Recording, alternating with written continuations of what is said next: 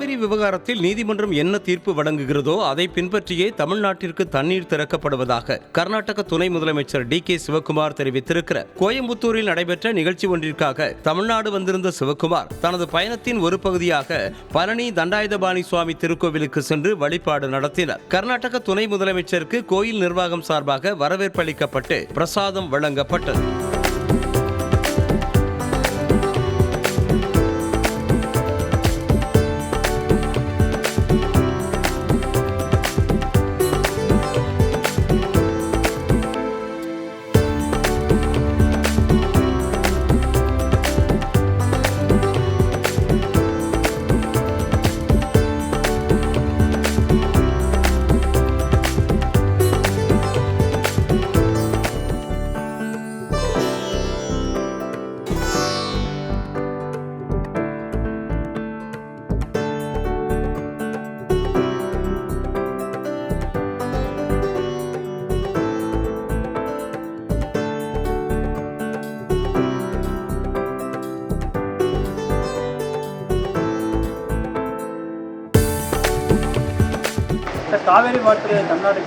See, the matter is in the court. Whatever the court will tell, because I know Tamil Nadu government politically they have some problem within themselves.